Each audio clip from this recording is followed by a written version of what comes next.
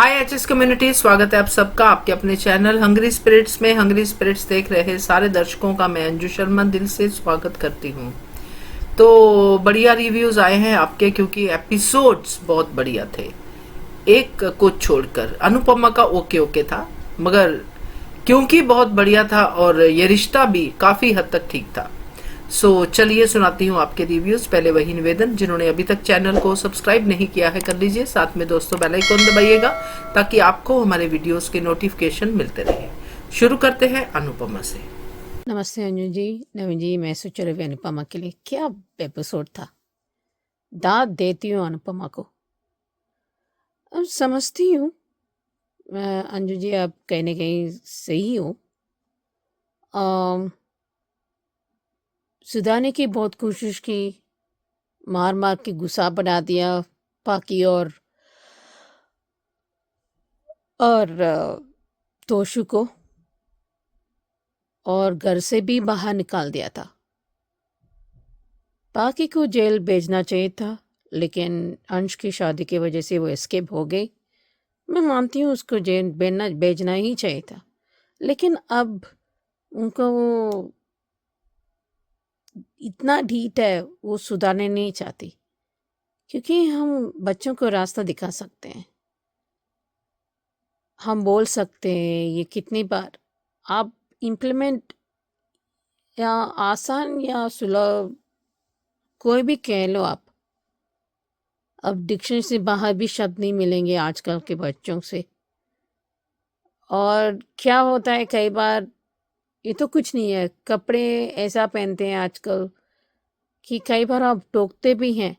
आप स्कूल में आप चुपके पहने से आप क्या करोगे, या आप कुछ नहीं कर पाओगे आप। हम बोल सकते हैं, प्यार से बोल सकते हैं, एक तरीका बोल सकते हैं, लेकिन जो मानना होता है ना, पहली बार ही मान लेते हैं। अगर मान ही नहीं होते ना, कुछ भी कर सकते हैं। प्रेस मीडिया के सामने बोल चुकी है, चोरी कर चुकी है, तो इससे बड़ा शर्म हो सकता है? इससे सीख होना चाहिए ना।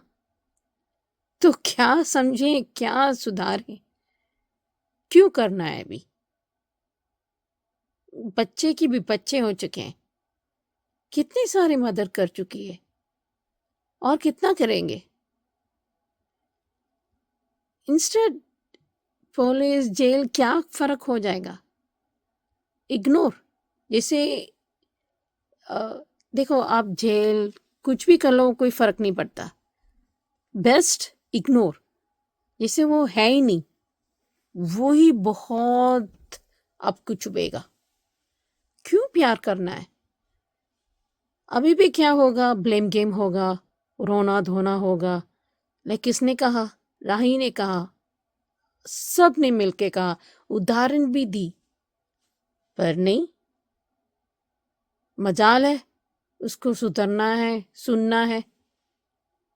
ईशा नहीं समझ गई, अब तक समझ चुकी है। और ये तो सबक होगा ना उनके। आशीर्वाद, क्या प्लानिंग! ओ माय गॉड, इतना बदतमीज, नालायक, घटिया, ये बहू बेटी जो भी कह लो, ऐसे बात करते हैं बुजुर्ग से। अगर ये कुछ चीजें नहीं करते फिर भी तमीज नाम की चीज है ही नहीं इस लाए औरत पर। अभी देखो, मुझे काढ़ा प्रसाद बहुत पसंद है, मैंने कुछ समय पहले बनाया था। माइंड ब्लोइंग है रेसिपी, बहुत। बट मैं ये बता रही हूँ कि अभी प्लानिंग पॉटिंग करेंगे ऐसे कहते से, जो जिस भाषा समझते हैं उसी भाषा में बात करना चाहिए, और सबक सिखाना चाहिए, उन्हें धोखा देना चाहिए, तभी उनको भाषा ये समझ होता हो। तुम भी कैसा लगता होगा जिस उनके साथ करते हैं, अपनी माँ बाप से करते हैं, बाल पोषण बड़ा करते हैं। पूरा सीन उसमें ही चला गया। बट माय गॉड, कितना चढ़ती है, जहाँ चाह वहाँ राह। उसने तो प्रूव कर दिया अनुपमा ने। उस पर के पीछे कैसे, जब करना होता ना मन से, आपको रास्ता मिल जाता है। यही अनुपमा है। देखते हैं आगे क्या होता है। हेलो अंजू जी, नवीन जी, नमस्ते। मैं सभी को सुजाता का प्यार भरा नमस्ते। एपिसोड देखा, ठीक था। आजकल की औलादों के बारे में तो भाई क्या ही कहें। जिन्होंने माँ बाप को अलग करने के लिए जो पाप किए हैं, वो तो खैर अब उन्हें भुगतने ही पड़ेंगे। और अब तो शायद मेरे को पता नहीं, कंफर्म नहीं है, लेकिन शायद ऐसा कुछ कानून है भी कि जो अगर माँ बाप के साथ दुर्व्यवहार करते हैं तो उनको फिर सजा मिलती है। शायद, मैं पक्का नहीं है। लेकिन अब बहुत सारे बुजुर्ग इन सब बातों से अनजान तो होते ही हैं। और अनुपमा वहाँ पहुँच गई है उनके घर, किसी तरह से घुस गई है। और उनको अनुपमा को उनकी मनप्रीत जो है वो उनको रसोई में बैठी मिली। मतलब इतने नकारा नाकाबिल बच्चे हैं कि इनको जो है इनका कमरा तक छीन लिया। जो कि एक और कहाँ, मतलब ना कोई बेड है ना कुछ है। सच में कुछ लोग अपने माँ बाप की बड़ी दुर्गति कर देते हैं, लेकिन ये नहीं सोच पाते कि हमारे कर्म हमें लौट कर में जरूर मिलने वाले हैं। लेकिन हाँ, थोड़ा बापूजी का कि अगर वो बहू अगर आ गई तो जो है मैं म्याऊं म्याऊं कह रहे, वो ऐसा कौवा लग रहा है, बड़ा मजेदार कौवे वाली आवाज लग रही है, बड़ा मजेदार था। मुझे तो हंसी आई। कह रहे आपकी आवाज बिल्ली जैसी तो लग नहीं रही, लेकिन कौवा तो लग रहा है, कौवा बोल रहा है। और थोड़ी देर में बहुआ और वो अभी तो वो बैल बजाने की पहले तो म्याऊं म्याऊं करते रहे, फिर वो जब अनुपमा ने नहीं सुना तो वो अ, वो घंटी बजाने जा रहे हैं। उससे पहले अनुपमा उनसे बीजी से मतलब मनप्रीत से मिल ली है। और वो कह रही है उनको वो क्या रविंदर जी का लिखा हुआ खत उसको उनको दिया है। और कह रहे हैं कि मैं हम आपकी आप वानर सेना है, ये है वो है। और तब तक उनकी बहू आ गई है। और वो कितनी बदतमीजी से बातें करती है सच में। ये बुढ़िया और ये। और वो हाँ, तब तक अनुपमा फ्रिज के पीछे छुप गई है। गनीमत है कि उसने पलट कर नहीं देखा। और हालांकि अनुपमा का मन कर रहा है कि उठा के दो चन्नाटेदार चाटे दे। हाथ वो अपनी कलाई को यूं कर रही है कि जैसे कि अभी उसको वो पिटाई कर देगी अनुपमा उसकी टीना की। लेकिन अपने आप को उसने रोक लिया कि कैसे क्योंकि उसका मोटिव मार पिटाई नहीं है। उसका मोटिव है इन लोगों को सबक सिखाना और सुधारना। और कह रहे जब वो कितनी बदतमीजी से टीना ने कहा कि अब की बार कि ये जो है अगर कुछ टूटा फूटा हो या कुछ हुआ हो तो जो है मेरी चप्पल ने मेरी हाई हील की सैंडल सैंडल की हील बात करेगी। अरे इसी हील से तेरे का तेरा वो ना तोड़ा तो फिर मैं भी जो भी उसका नाम मतलब डायलॉग था वो अच्छा था। तेरा घमंड जरूर तोड़ूंगी। मतलब शायद यही बात था। उधर पाकी दिवाकर का फोन ना मिलने से लगने से परेशान है, क्योंकि उसने उसका तो सिर्फ यही था कि उससे पैसे ऐंठना। अब राही के करीब तो जा नहीं सकता, क्योंकि वहां पे कोठारी हाउस में तो पाकी जाएगी ही नहीं ज्यादा। और राही और वैसे भी अब तो सारी सब बातें खुल चुकी हैं। और अब गौतम का भी अगर ज्यादा इधर उधर रहा तो गौतम के साथ ये गौतम इसके साथ मिला हुआ है। तो ये भी भेद खुल जाएगा उसका। लेकिन आज जिस तरह से ईशानी ने उसको अरे पुलिस में कंप्लेंट कर दो, लेकिन पाखी तो अभी भी मानने को तैयार नहीं है कि दिवाकर ने उसे धोखा दे दिया है। और वो कह रही है कि क्या मेरे नसीब में मेरी किस्मत में सच्चा प्यार नहीं है। तो उसने कहा कि आप अपने आसपास देखो ना, सब आपसे कितना प्यार करते हैं। मैं हूँ, किंजल मामी है, अनुपमा है, मतलब अनुमा है, सब आपसे इतना प्यार करते हैं और सच्चा प्यार करते हैं। लेकिन आपने कभी देखना चाहा ही नहीं है। और वो अब उसको समझ में आ गया है ये कि जो है उसने धोखा खाया है। और अभी तो ये घर में सिर्फ शायद या पता नहीं अनुपमा को पता है या नहीं पता है कि इसने पैसे दिए हैं। अब मुझे नहीं मालूम। और ये बात ईशानी को भी इसने बताई है कि नहीं कि मैं तेरी सारी सेविंग्स उसको पकड़ा आई हूँ जाके।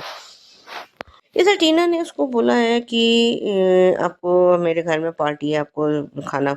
और उधर जब बापूजी ने वीडियो कॉल पे उससे बात कराई है, तो उन्होंने, अब तो वो पहचान गई हैं कि ये हाँ, और सब हाल-चाल पूछ रहे हैं। कह रहे कि जो भी अनुपमा कहे वो उनकी बात मान लेना, जैसा भी ये कहें। कह रहे कि हम आपको मिलाकर रहेंगे। और उन्होंने, अनुपमा ने बीजी के लिए मतलब कड़ा प्रसाद बनाया है, तो वो कह रहे ये तो बच्चे तो मुझे कड़ा प्रसाद भी नहीं खाने देते, ये नहीं करने देते। हर जो खाना रखा है वो भी मेरे ख्याल में शायद हो सकता है बासी हो। और कह रहे हैं कि कहते हैं कि मैं एक भी टुकड़ा बर्बाद नहीं होना चाहिए। कैसे बात करते हैं सच में। अगर इस तरह की औलाद है तो सच में अनुपमा का कहना बिल्कुल सही था कि इस तरह की औलाद तो ना ही हो।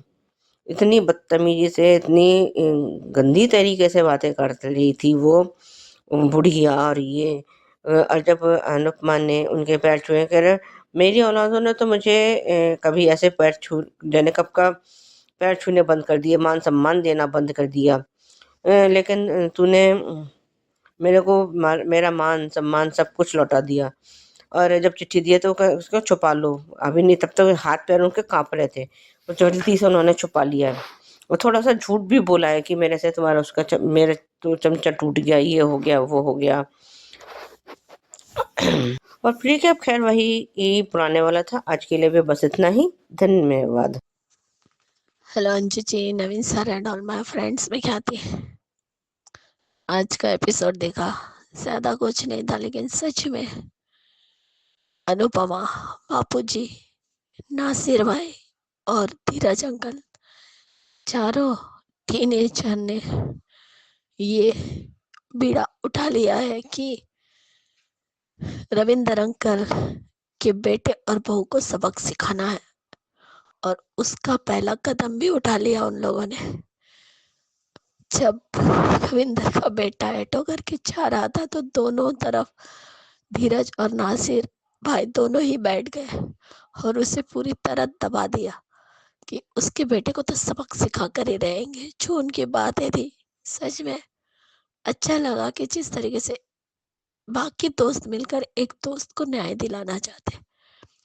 लेकिन यहाँ पे जब बापूजी को म्याऊं बोलना था, उनसे बोला ही नहीं गया, उनके मुंह से आवाज ही नहीं निकल पाई। लेकिन जिस तरीके से उन्होंने उस की बहू को जिस तरीके से परेशान किया है बापूजी ने, वो अच्छा लगा कि सिर्फ म्याऊं म्याऊं करते ही रह गए और वो परेशान होती रह गई। लेकिन अनुपमा कम से कम एक मैसेज तो बापूजी के मोबाइल में भेज ही सकती थी कि मैं ठीक हूँ करके। बापूजी इतने परेशान हो रहे हैं कि कहीं अनुपमा पकड़ी ना जाए और मेरी आवाज वहां तक जा भी रही है या नहीं उसकी तरफ। और उसने पूरा घर का जायजा लिया, जिसमें किचन की पीछे की तरफ की खिड़की से अंदर जाया जा सकता है। अनुपमा को हर बार खिड़की से ही क्यों अंदर जाना है भाई। लेकिन जिस तरीके से आज इतनी देर तक वो किचन में थी, फ्रिज के पास छुपी हुई थी, लेकिन इस रविंदर की बहू को अनुपमा नहीं दिखी। और जिस तरीके से आज वो कह रही थी कि अगर आपने क्या कुछ तो गड़बड़ की है, क्या किया आपने जो इतना डर रही है, तो उसने झूठ कहा कि मुझसे चम्मच टूट गया। तो कहती है कि अगर आज के बाद आपने ऐसा कुछ तोड़ा तो आपको मैं चप्पल से मारूंगी। अगर उससे भी ये नहीं हुआ तो चप्पल की नोक, सैंडल की नोक से मारूंगी। अरे बाप रे बाप, ये क्या बहू है। सच में सुनकर ही गुस्सा आ रहा था कि किस तरीके से वो उसके साथ व्यवहार कर रही है। अगर यही सब तुम्हारी माँ बाप के साथ तुम्हारी भाभी या तुम्हारा भाई करे, तब तुम क्या करोगी बोलो। क्योंकि जो भी लड़की आती है ससुराल में अपनी सास के साथ, ससुर के साथ इस तरीके से बदतमीजियां करती है, लेकिन वो ये क्यों भूल जाती है कि उसके भी घर में उसके भाई है, भाभी है, वो भी तो उसके माँ बाप के साथ इसी तरीके से सुलूक कर सकते हैं ना। लेकिन नहीं, उतनी दूर की कौन सोचता है, ये नहीं सोचता कोई। लेकिन एक बात जरूर है कि जो कर्म तुम करोगे वो पलट कर तुम्हारे पास तो जरूर आएंगे। तुम्हारे बच्चे तुम्हारे साथ बिल्कुल वैसा कर सकते हैं जैसे तुम आज अपने सास ससुर के साथ कर रही हो, क्योंकि बच्चे देखते हैं। भागबान में तो वही हुआ था ना, यहाँ पे जहाँ हेमा मालिनी थी वहां पे जो उसकी पोती थी, और जहाँ भी था बच्चन था वहां पोता था, वो भी तो देख ही रहे थे कि उसकी दादी और दादाजी के साथ क्या सुलूक हो रहा है। लेकिन सच में कभी कभार अनुपमा का भाषण थोड़ा बोर कर जाता है, क्योंकि ठीक है ये सीरियल की मांग हो सकती है, लेकिन इतना लंबा कैसे। वो उसकी किचन में खाना बना रही है, सब कुछ कर रही है, लेकिन फिर भी उसे पता तक नहीं चला। लेकिन एक बात है, बापूजी जब मिलने आए तो बापूजी ने ये भी कहा कि वो अभी के लिए बाहर गई है, तो तुम्हें जो करना है जल्दी से करो और चलो यहाँ से। यानी उसकी बहू घर में नहीं थी, सिर्फ थोड़ी देर के लिए आई थी और फिर बाहर चली गई क्या। जिस तरीके से उसने बापूजी को भगाया, और बापूजी के पास और कोई रास्ता भी तो नहीं था, इसलिए वो वहां से निकलने का नाटक किया उन्होंने। लेकिन फिर आए, और जिस तरीके से आज अनुपमा ने रविंद्र जी की पत्नी से कहा कि जिस तरीके से सीता माता से मिलने हनुमान आए थे उसी तरह से संदेश लेकर, वैसे ही मैं आई हूँ। जो शायरी रविंद्र जी ने लिखी थी उसी का एक शायरी का पैराग्राफ उसने उनकी पत्नी को सुनाया, तब जाके वो शांत हुई। और यहाँ पे बाकी रो, तुम यही डिजर्व करती हो। बाकी जब तुम्हें कोई समझाता है तो तुम्हें समझना नहीं होता है, तुम्हें लगता है कि वो सब तुम्हारे दुश्मन है। लेकिन अभी भी दिवाकर का फोन नहीं लगा, और चलो हमारी ईशानी तो भी सयानी हो गई, लेकिन बाकी तुम नहीं सुधरी। तुम्हारी बेटी तो भी तुम्हारी माँ के साथ रहकर सुधर गई, अपनी अनु माँ के साथ रहकर, लेकिन तुम्हारी माँ जो तुम्हें बाल पोस कर बड़ा किया, तुम उसके शरण में रहकर भी नहीं सुधर पाई। वो तो तुम्हें चूना लगा के भाग गया, अब किसकी राह देख रही हो और कह रही हो कि मेरे नसीब में यही सब क्यों है। तो जब किसी को चुनती हो तो पहले उसका सारा बैकग्राउंड तो देखो, उसको समझो, परखो, उसके बाद कोई निर्णय लो। लेकिन नहीं, तुम्हें तो सिर्फ निर्णय लेना है और फिर इसी तरह से रोना है। तुम खुद के पैरों पर कुल्हाड़ी मारती हो और फिर रो क्यों रही हो कि मेरे नसीब में ये सब क्यों है। बाकी इस बात तुम्हें खन्ना जी ने सबक सिखाया है, तो कम से कम अब तो तुम्हें अकल आ ही जानी चाहिए, और अपनी माँ की बात मानो और अपनी बेटी की भी बात मानो। तुम बहुत प्यारा सीन था माँ बेटी का। और सही कहा इशू कि यही तो आपकी परिवार है, फैमिली है, जिन्हें आपकी चिंता है, जिन्हें आप कहते हो कि उनको आपकी कोई परवाह तक नहीं है। अनु का रविंदर जी की पत्नी को हौसला देना अच्छा लगा, थोड़ा बोर कर गया, लेकिन ठीक है, एपिसोड ठीक ठाक ही था आज का। Bye guys, good night. और प्रीकेप तो वही पुराना था, बाय। बिल्कुल आपने सही कहा है सुचि जी कि इग्नोर करना चाहिए। मैं तो इस बात को शुरू से कहती आई हूं कि अपनी वैल्यू खुद ही बनानी पड़ती है, मगर अनुपमा इग्नोर कर ही नहीं सकती अपने बच्चों को। वो उनको पनिशमेंट में भी इग्नोर नहीं कर सकती, ये उसका करैक्टर है। तो बिल्कुल आपने सही पकड़ा है, इस करैक्टर को समझा है। तो बाकी भी आपका रिव्यू बहुत अच्छा है, थैंक यू सो मच। तो सुजाता जी, सही में हंसी वाली बात थी कि जो बापूजी की परफॉर्मेंस थी मजेदार थी। बिल्ली की आवाज निकाल रहे थे मगर निकल कौवे के रही थी, बिल्कुल सही कहा। और ख्याति जी आपकी बात भी बिल्कुल सही है, जो कर्म करोगे वो लौट के तो आते ही हैं, और रविंदर की बहू को भी ये कर्मा तो जरूर मिलेंगे, बिल्कुल सही कहा। चलिए अब सुनते हैं ये रिश्ता के रिव्यू। जी नम जी, मैं सोच रही ये रिश्ता क्या कहलाता है कि नहीं। दादी सा इतना अकड़ क्यों? हम यही बात आपको भी कह सकते हैं। मैं अच्छा डायलॉग था, मतलब आपका गुस्सा कम कर सकती हूँ ना मेरे दर्द। तो दादी साहब को पता था कहीं ना कहीं। और अरमान कब सुधरेगा, सीखेगा कि खुद पर बहुत सारी गलतियां हैं। बच्चे पैदा मत करो। एक काजल को क्या हुआ, अब फिर से हो गया शुरू तानिया पर इल्जाम। ये इतना नालायक है बच्चा, क्या पहले अपनी सुधर जाए, वही बड़ी बात है, फिर बच्चे देख सकते हैं। बच्चे पैदा मत करो क्योंकि एक ही पर इल्जाम आए, फिर से अबीरा माँ ने छोड़ दिया। सीरियसली, आपने मजबूर कर दिया। आपकी माँ ने आने नहीं दिया। आपकी माँ ने जिंदगी बर्बाद कर दी, सबके वजह, उनके वजह से सबके लिए।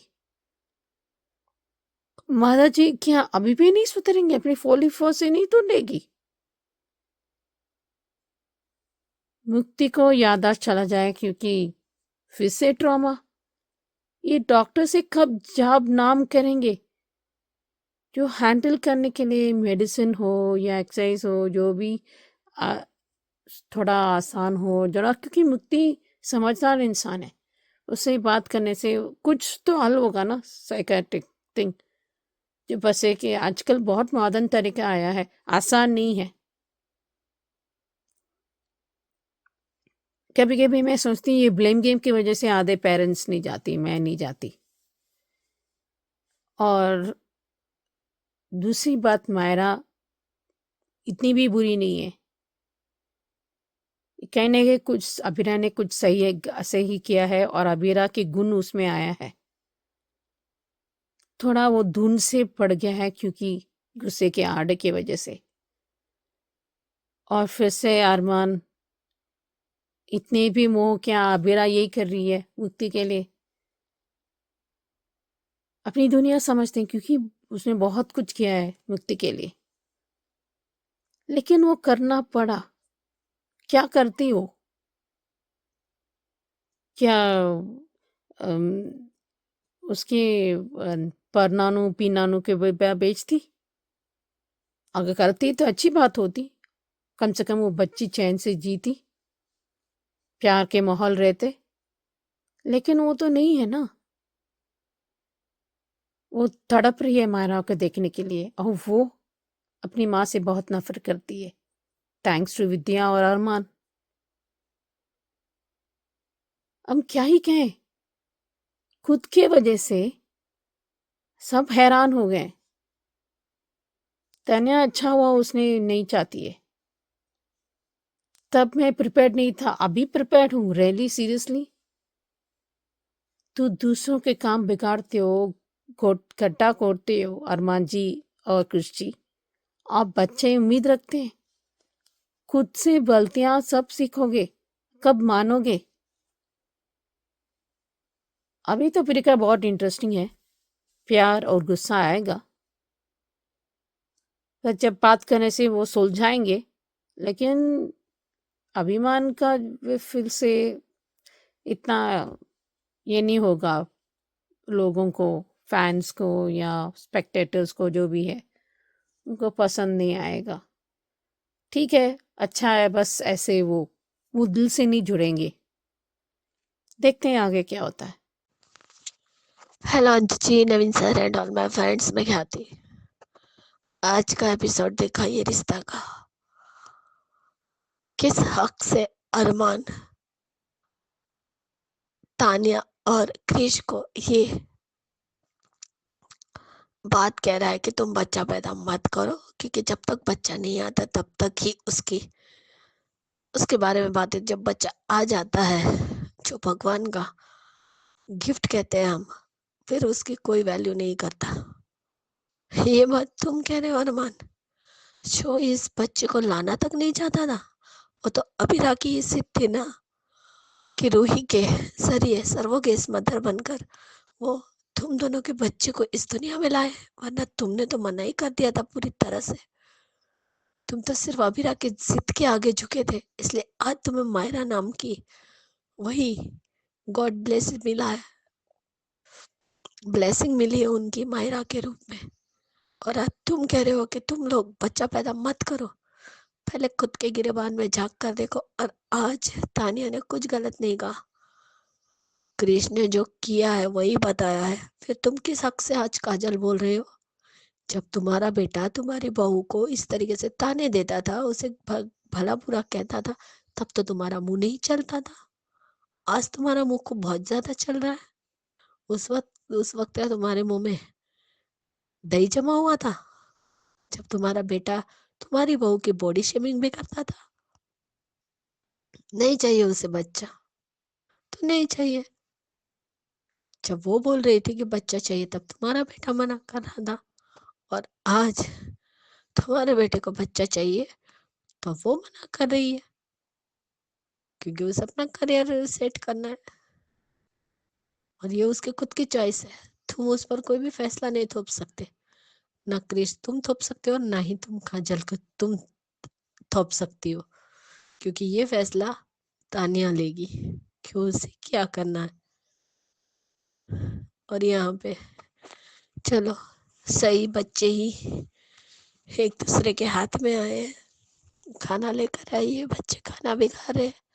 लेकिन ये कौन सा माँ बाप का प्यार है जो बच्चों को एक दिन छोड़ा हुआ, एक ही दिन हुआ है हॉस्टल में छोड़े हुए और इनसे रहा तक नहीं जा रहा है, और ये चुपचाप छुपते छुपाते अरमान फ्यूज निकाल देता है हॉस्टल का और अपनी बेटी से मिलने जा रहा है।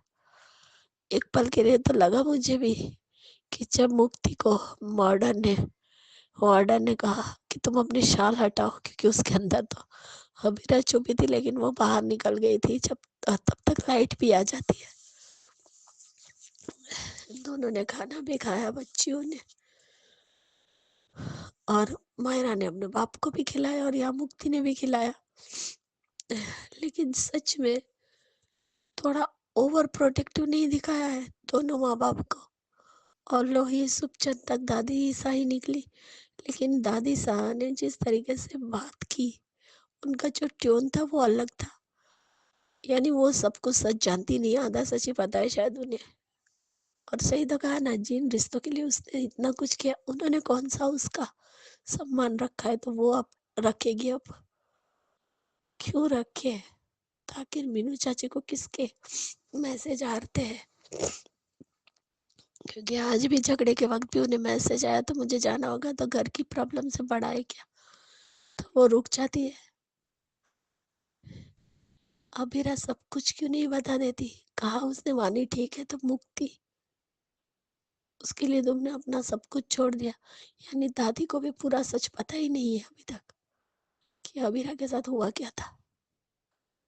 अब तो इसी बात का इंतजार है कि कब विद्या के मुंह से सारी बात पता चले और विद्या का भांडा फूटे और खुद का जुर्म खुद के ही मुंह से कबूल करे, तब मजा आएगा।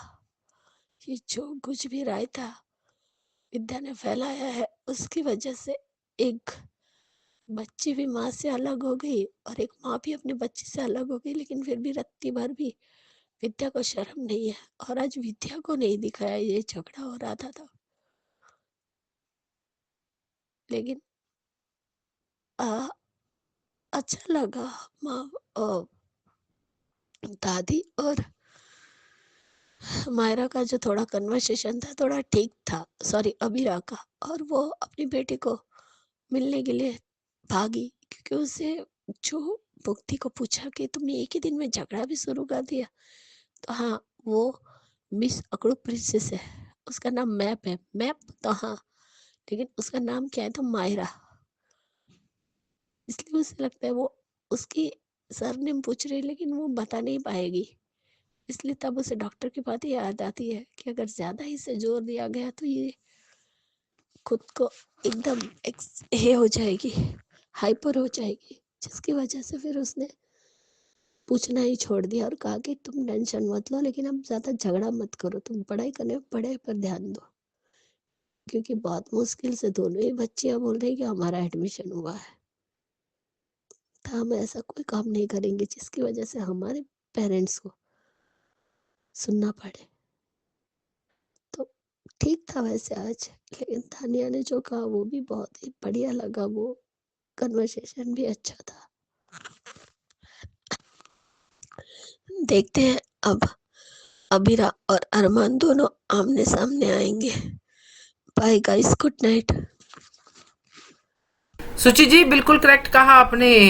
क्रिश बच्चे पैदा क्या करेगा, पहले खुद को तो संभाल ले, सुधार ले। बिल्कुल करेक्ट कहा, इसको तो अभी खुद को संभालना नहीं आता। बिल्कुल सही है ख्याति जी, आपकी बात भी सही है। बट मैं यहाँ पे कहूंगी जो आपने काजल के लिए कहा है कि किस मुंह से तानिया को बोल रही है, जब क्रिश उसे बॉडी शेमिंग करता था तो काजल क्या कर रही थी। तो मैं ये जरूर कहूंगी कि काजल ने तब भी क्रिश को डांटा ही था, कई बार क्रिश को डांटा और तानिया का पूरा साथ भी दिया था। तो बट ठीक है, अब काजल गलत है तो गलत है, बट इसका मतलब ये नहीं कि पहले भी गलत थी। तो थैंक यू सो मच आपके रिव्यूज का, और अपना ध्यान रखिए ख्याति जी। और अब सुनते हैं क्योंकि के रिव्यू। नमस्ते अंजलि जी, मैं सोच रही थी क्योंकि सास सीजन 2 क्या मारा, मतलब एक्चुअली बाप जी और सोलानी अपनी पैरों पर कुल्हाड़ी मार दी, क्योंकि देव उस लायक ही नहीं है। और दूसरी बात, मिहिर ने क्या मारा, मतलब अपनी शब्दों से क्या मारा था। लेकिन नैना को दाद दे दूं, क्या एक्टिंग कर रही थी, किसने कहा। और ये सुचित्रा इमोशनल मैनिपुलेशन से शुरू, शोभा को कहीं ना कहीं पता चल रहा है कि इमोशन मैनिपुलेट कर रहा है। क्यों नहीं करण अब तक आया नहीं है, या साहिल, उनको क्या कोई फर्क नहीं पड़ता। तुलसी ऐसे ही साइन कर देगी।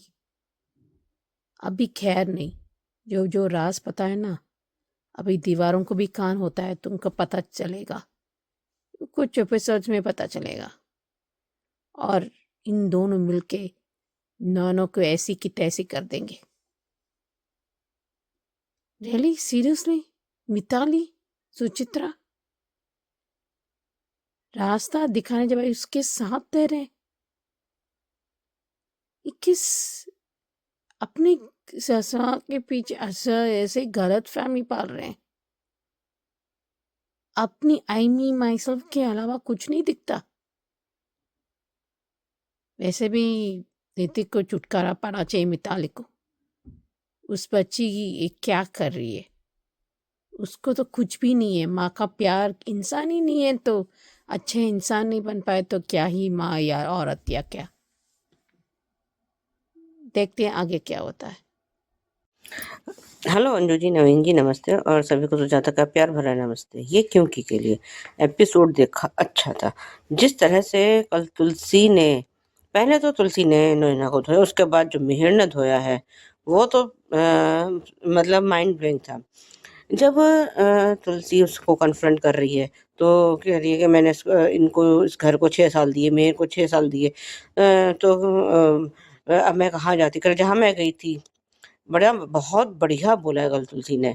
और कह रहे कि मैंने भी तो इस घर को 38 साल दिए, तुमने तो सिर्फ 6 साल दिए हैं। और मैं तुम्हारी तरह धोखेबाज नहीं, मतलब एक एक शब्द जो है कल तो नैना के मुंह पे तमाचे जैसा था।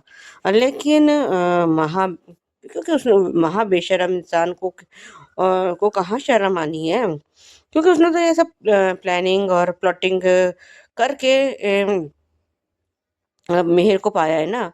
क्योंकि अगर कोई अगर सच्चा प्यार करता है तो वो उसको कभी इस तरह से हासिल नहीं करता। ये सिर्फ इसकी एक जो है पाने की जिद है, बस और कुछ नहीं। मैं आगे शब्द ले नहीं सकती, ना लेना चाहती। बस उसको किसी तरह से कि मेरे को मिहिर को पाना है, हासिल करना है, चाहे इस रिश्ते में मिहिर का दम ही क्यों ना घुट जाए। और उधर जब ये लोग वहाँ पहुँच गए, उसकी सलोनी की विदाई हो गई है, और वहाँ ये लोग शांति निकेतन पहुँच गए, और ये शोभा तुलसी से बात कर रही है, तुलसी उसको कह रही है, तो वो कह रही है, तो शोभा ने भी बोला कि मैं जाना चाहती हूँ, ये वो है। तो कह अभी कुछ दिन रुक जा, अभी तो सलोनी नई नई है, तो कौन देखेगा उसको। और इधर जो शादी के बाद की रस्में होती हैं वो सब हो रही हैं, लेकिन मिहिर किसी तरह अपने आप को कंट्रोल करे बैठा है। लेकिन जब उससे कंट्रोल नहीं हुआ तो वो जो है गुस्से में वो है चीखा है कि जो है अब वो बस करो, ये है वो है। और जब सब लोग हैरानी तो करे, उसने फिर बात को घुमा दिया कि ये लोग, अब ये भी तो सलोनी भी तो अभी इतना लंबा सफर तय करके आई है, और आराम, इसको आराम की जरूरत है, और ये है। तो जब ये नोएना जाने लगेगा तुम नहीं जाओगी, और हाथ पकड़ के जिस तरह से कि तुमने ये सब क्यों किया। और लेकिन वो जो है उसने कहा कि अच्छा लगता है तुम्हारे ना, तुलसी ने तुम्हारे कान फाड़ दिए हैं, आग लगा दी है। करो, तुलसी ने मुझे कुछ नहीं कहा था। ये सब कुछ मैंने खुद अपने कानों से सुना है। और जब उसकी दहाड़ सुनकर, उसका गुस्से भरी आवाज़ सुनकर सब लोग वहाँ पे पहुँच गए।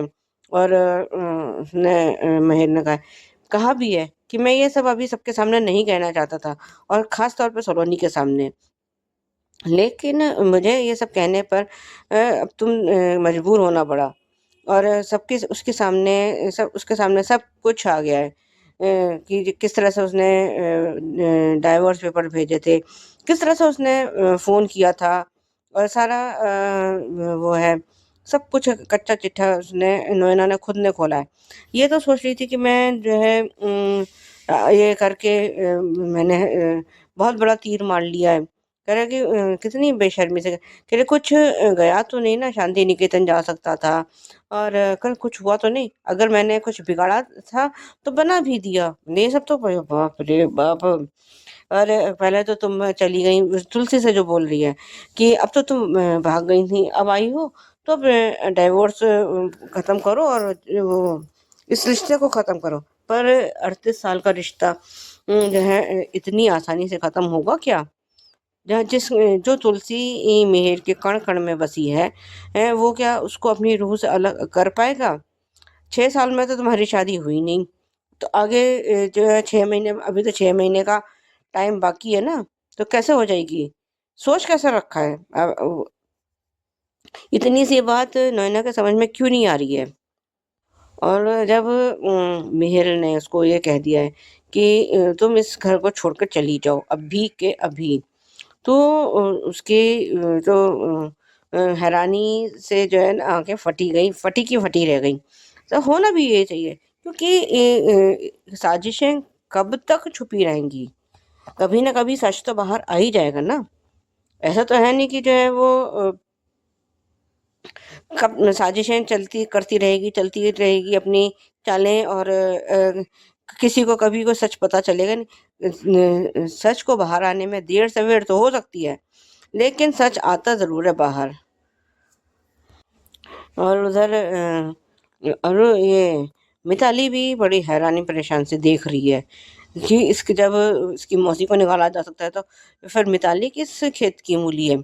और ये नोएना अपने कमरे में जाकर अपने कपड़े पैक कर रही, और ये क्या कहें सुचू फिर आने आके इसको फिर इमोशनली ब्लैकमेल कर दिया कि पहले भी वो 2 बार जान देनी, वो तो सिर्फ इसका एक नाटक था, जिससे कि मिहिर उसके उसमें काबू में आ जाए, इसके कब्जे में आ जाए, जो भी था। और कह रहे अब की बार वो नहीं बचेगी, वो मर जाएगी, और ये है वो है, मतलब वही इमोशनल ड्रामा और इमोशनल ब्लैकमेलिंग। प्रीकैप खैर वही पुराने वाला था। आज के लिए अभी बस इतना ही, धन्यवाद। Hello Anju ji, Naveen sir and all my friends, मैं क्या थी कल का एपिसोड देखा, मजा आ गया। क्या बात कही है तुलसी तुमने कि तुम वो दिमाग हो या उस दिमाग से भी बदतर हो जो एक रिश्ते को खा गई।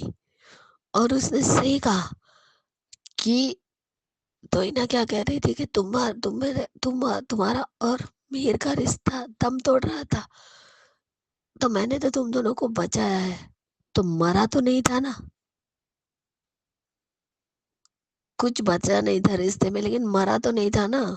आज नहीं चुका कल वो ठीक हो ही जाता रिश्ता, लेकिन तुमने तो उसे तोड़ ही दिया, पूरी तरह बर्बाद कर दिया। दोस्त बनकर आई और दूसरी औरत बनकर रह गई, और क्या कहती है कि मैंने सब कुछ संभाला है, घर, चाची, बच्चे, 6 साल तक। तब तुलसी का पलटवार के मैंने 38 साल संभाला है, तुम 6 साल में ही परेशान हो गए और तुलसी 38 साल से अपने परिवार को चलाती आई है, उसने तो कभी जताया नहीं, और तुम 6 साल की दुहाई दे रही हो।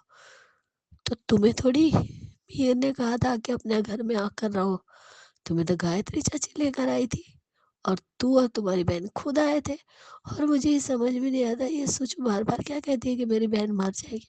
तेरी बहन के अंदर दम है जान लेने का, क्योंकि जो जान लेना चाहता है ना, वो ऐसे ढिंढोरा नहीं बेटा कि मेरी बहन मरने वाली है तो आप बचाओ।